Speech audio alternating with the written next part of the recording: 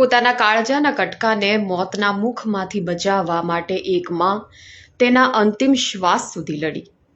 મોતને ફેંક્યો ખુલ્લો પડકાર અને વાલ સોયાનો જીવ બચાવવા માટે છેક સુધી તેને છાતીએ લગાવી રાખ્યો.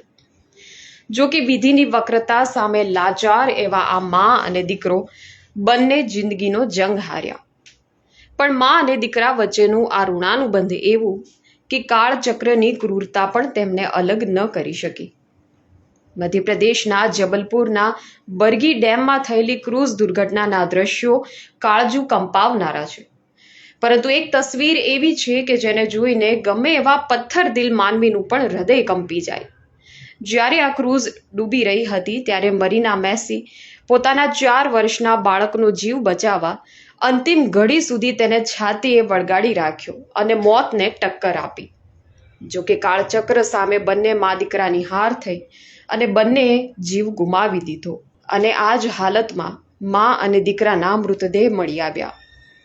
ત્યારે મોત સામે પણ ન ઝૂકનાર આ માતાનો છેક છેલ્લી ઘડી સુધીનો સંઘર્ષ જોઈ આ ઘટનાના સાક્ષી બનેલા તમામ લોકોની આંખો અશ્રુભીની થઈ ગઈ હતી.